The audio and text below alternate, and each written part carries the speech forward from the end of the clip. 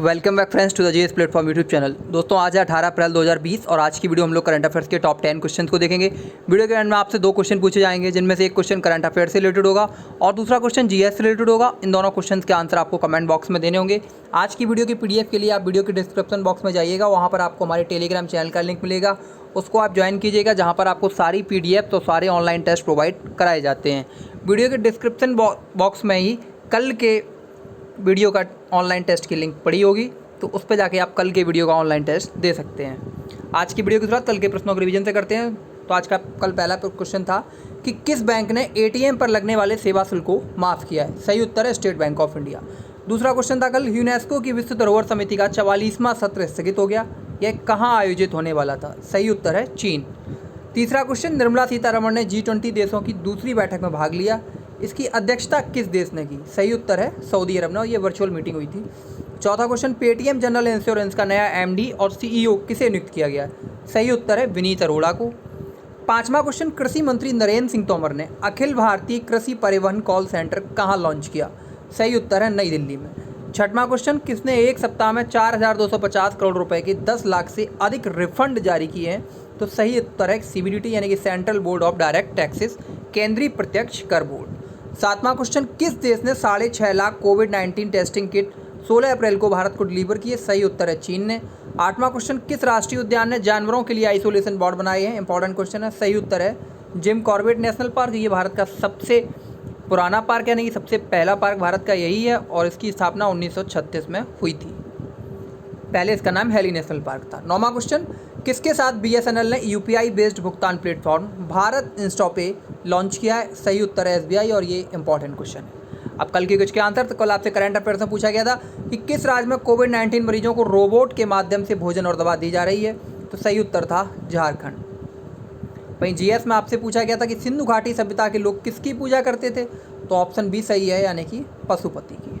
अब आज के प्रश्नों की शुरुआत करते हैं। तो आज का पहला प्रश्न है कौन सा राज्य लॉकडाउन में फंसे प्रत्येक व्यक्ति को 3,500 रुपये प्रदान करेगा अन्य राज्यों में जो फंसे हैं?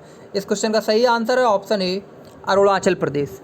देशव्यापी कोविड-19 लॉकडाउन के बीच राज्य से बाहर फंसे प्रत्येक अरुणाचली व्यक्ति को अरुणाचल प्रदेश सरकार 3,500 रुपये प्रदान करेगी। राज्य के बाहर फंसे अरुणाचली लोगों को एक पोर्टल पर अपना रजिस्ट्रेशन कराना होगा। राज्य सरकार ने पीएम किसान योजना के तहत पंजीकृत सभी किसानों को 1,000 रुपये भी प्रदान किए हैं। अरुणाचल प्रदेश की बात करें तो अरुणाचल प्रदेश की राजधानी है ईटानगर, सबसे बड़ा शहर भी है और अरुणाचल प्रदेश भारत का पूर्वी राज्य है यानी कि सबसे पूर्वी राज्य अरुणाचल प्रदेश ही है। अरुणाचल प्रदेश में जिलों की संख्या है 23। अरुणाचल प्रदेश का गठन 20 फरवरी 1987 को हुआ था। वर्तमान में राज्यपाल हैं वीडी मिश्रा, मुख्यमंत्री हैं पेमा खांडू, भारतीय जनता पार्टी की सरकार है।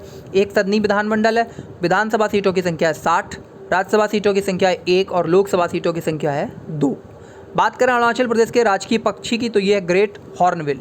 अरुणाचल प्रदेश में कुछ प्रमुख राष्ट्रीय उद्यान भी हैं, जिनमें से नामदफा राष्ट्रीय उद्यान अरुणाचल प्रदेश में जो कि खासा पूछा जाता है।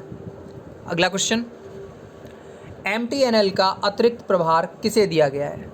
इस क्वेश्चन का सही आंसर है ऑप्शन डी पीके पुरवार।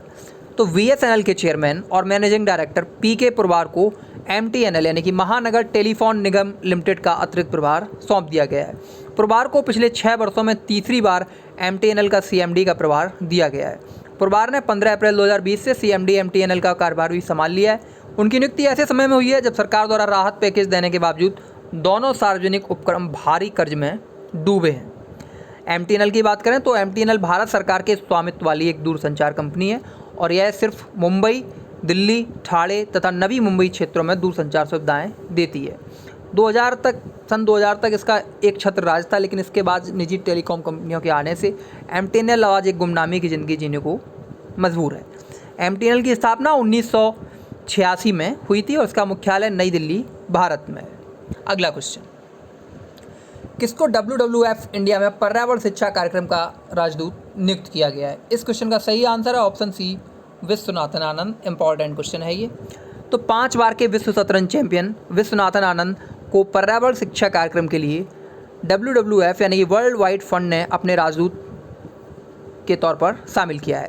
WWF इंडिया भारत में अपने 50 वर्ष के संरक्षण का जश्न मना रहा है। WWF इंडिया का पर्यावरण शिक्षा कार्यक्रम संगठन के जितना ही पुराना है। यह 1976 में नेचर क्लब्स ऑफ इंडिया पहल के साथ शुरू हुआ था। अगला क्वेश्चन, विश्व हीमोफीलिया दिवस कब मनाया जाता है? लेकिन इससे पहले मैं आपको बता दूं WWF की कुछ प्रमुख बातें। तो WWF दुनिया का सबसे बड़ा संरक्षण संगठन है, वर्ल्ड वाइड फंड, जो कि वन्यजीव संरक्षण के लिए धन एकत्र करता है और इसे विभिन्न देशों में डिस्ट्रीब्यूट भी करता है। WWF की स्थापना 29 अप्रैल 1961 को हुई थी और WWF का जो वैश्विक मुख्यालय है वो ग्लैंड, स्विट्जरलैंड में है। कहाँ पर है? ग्लैंड, स्विट्जरलैंड में। अब अगला क्वेश्चन, विश्व हीमोफीलिया दिवस कब मनाया जाता है? इस क्वेश्चन का सही आंसर है ऑप्शन सी, 17 अप्रैल। हीमोफीलिया रोग और अन्य वंशानुगत रक्तस्राव विकारों के बारे में जागरूकता बढ़ाने के लिए 17 अप्रैल को विश्व हीमोफीलिया दिवस मनाया जाता है। क्यों मनाया जाता है? क्योंकि 17 अप्रैल को फ्रैंक हेचनविल का जन्मदिन है, जो गंभीर हीमोफीलिया के साथ पैदा हुए थे और एक व्यवसायी थे और वर्ल्ड फेडरेशन ऑफ हीमोफीलिया के संस्थापक भी थे। तो इस वर्ष यानी कि विश्व हीमोफीलिया दिवस 2020 की जो थीम है वो है gate plus involve. Gate plus involve. अगला क्वेश्चन, किस चैनल ने अपने लोकप्रिय शो छोटा भीम को DD नेशनल पर प्रसारित करने के लिए साझेदारी की है? इस क्वेश्चन का सही आंसर है ऑप्शन डी, पोगो। तो पोगो वार्नर मीडिया के स्वामित्व वाले किड्स टेलीविजन चैनल पोगो ने अपने लोकप्रिय एनिमेशन शो छोटा भीम को DD नेशनल पर प्रसारित करने के लिए सार्वजनिक सेवा प्रसारक दूरदर्शन के साथ साझेदारी की है। 2008 में शुरू हुआ छोटा भीम शो भारत के एक छोटे से शहर में भीम नामक एक युवा लड़के के इर्द गिर्द घूमता है। यह 3 मई को कोविड-19 लॉकडाउन के अंत तक DD नेशनल पर हर दोपहर आधे घंटे के लिए टेलीकास्ट किया जाएगा। अगला क्वेश्चन, हाल ही में अंतर्राष्ट्रीय भारोत्तोलन महासंघ IWF के अध्यक्ष पद से किसने इस्तीफा दे दिया है? इस क्वेश्चन का सही आंसर है ऑप्शन बी, तमस अजान। तमस अजान ने अंतर्राष्ट्रीय भारोत्तोलन महासंघ इंटरनेशनल वेट लिफ्टिंग फेडरेशन के अध्यक्ष पद से इस्तीफा दे दिया है। हंगरी के अजान 1976 से इंटरनेशनल वेट लिफ्टिंग फेडरेशन में थे। 24 वर्ष महासचिव के तौर पर कार्य किया और 20 वर्ष अध्यक्ष के तौर पर कार्य किया। अब इनके बाद कार्यवाहक जो अध्यक्ष होंगी वो अमेरिका की उर्सुला पोम्ड्रिया। अगला क्वेश्चन, केंद्र सरकार ने मनरेगा के तहत राज्यों और केंद्र शासित प्रदेशों को कितने करोड़ रुपए जारी किए हैं? ये इंपॉर्टेंट क्वेश्चन है। इस क्वेश्चन का सही आंसर है ऑप्शन डी, 7300 करोड़ रुपए। केंद्र सरकार ने महात्मा गांधी राष्ट्रीय ग्रामीण रोजगार गारंटी योजना मनरेगा के तहत राज्यों और केंद्र शासित प्रदेशों को 7300 करोड़ रुपए जारी किए हैं। यह पिछले वित्तीय वर्ष के लंबित बकायों को और 2020-21 के पहले पखवाड़े की बकाया मजदूरी चुकाने के लिए किया गया है। इसके अलावा प्रधानमंत्री आवास योजना ग्रामीण के तहत राज्यों को 800 करोड़ रुपए से अधिक रुपए जारी किए गए हैं। अब बात मनरेगा की करते हैं। तो मनरेगा जो कि मूलतः 2005 में इसकी स्थापना हुई थी, तब इसका नाम था राष्ट्रीय ग्रामीण रोजगार गारंटी अधिनियम 2005 में, लेकिन वर्ष 2010 में नरेगा का नाम बदल कर मनरेगा यानी कि महात्मा गांधी राष्ट्रीय ग्रामीण रोजगार गारंटी अधिनियम कर दिया गया। ग्रामीण भारत को श्रम की गर्मा से परिचित कराने वाला मनरेगा रोजगार की कानूनी स्तर पर गारंटी देने वाला विश्व का सबसे बड़ा सामाजिक कल्याणकारी कार्यक्रम है। मनरेगा कार्यक्रम के तहत प्रत्येक परिवार के अकुशल श्रम करने के इच्छुक सदस्यों के लिए 100 दिन का गारंटी युक्त रोजगार, दैनिक बेरोजगारी भत्ता और परिवहन भत्ता अगर 5 किलोमीटर से अधिक दूरी की दिशा में जा रहा है उसका प्रावधान किया गया है। मनरेगा के तहत सूखाग्रस्त क्षेत्रों और जनजातीय इलाकों में 150 दिनों के रोजगार का प्रावधान है। अगला क्वेश्चन, भारत ने कितने देशों को हाइड्रोक्सी क्लोरोक्विन की आपूर्ति करने का निर्णय लिया है? इस क्वेश्चन का सही आंसर है ऑप्शन डी, 55। भारत ने 55 देशों को मलेरिया रोधी दवा हाइड्रोक्सी क्लोरोक्विन की आपूर्ति करने का निर्णय लिया है। इनमें से 21 देशों को वाणिज्यिक आधार पर दवा मिलेगी और अन्य देशों को यह ग्रांट पर मिलेगी। भारत को जल्द ही दक्षिण कोरिया से कोविड-19 टेस्टिंग किट भी मिलेंगे। भारतीय मिशन ने इसके तहत UK, Malaysia, France, Germany, Japan और अमेरिका के विक्रेताओं से टेस्टिंग किट के लिए कोटेशन भी ले लिए। अब बात हाइड्रोक्सी क्लोरोक्विन की करें तो हाइड्रोक्सी क्लोरोक्विन, जिसको कि शॉर्ट में बोलते हैं, अगर आप इस नाम को नहीं बोल पाते हैं तब आप इसको HCQ भी बोल सकते हैं।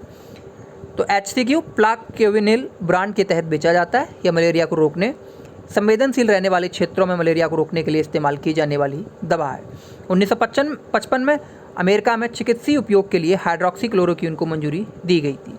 यह वैश्विक स्वास्थ्य संगठन की आवश्यक दवाओं की सूची में है, जो स्वास्थ्य प्रणाली में आवश्यक सबसे सुरक्षित और प्रभावी दवा है। हालांकि इसके साइड इफ़ेक्ट भी हैं। इसके साइड इफ़ेक्ट के तहत उल्टी, सिरदर्द, दृष्टि में बदलाव और मांसपेशियों में कमजोरी भी शामिल है।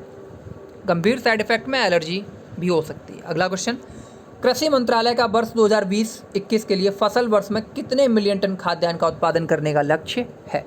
इस क्वेश्चन का सही आंसर है ऑप्शन बी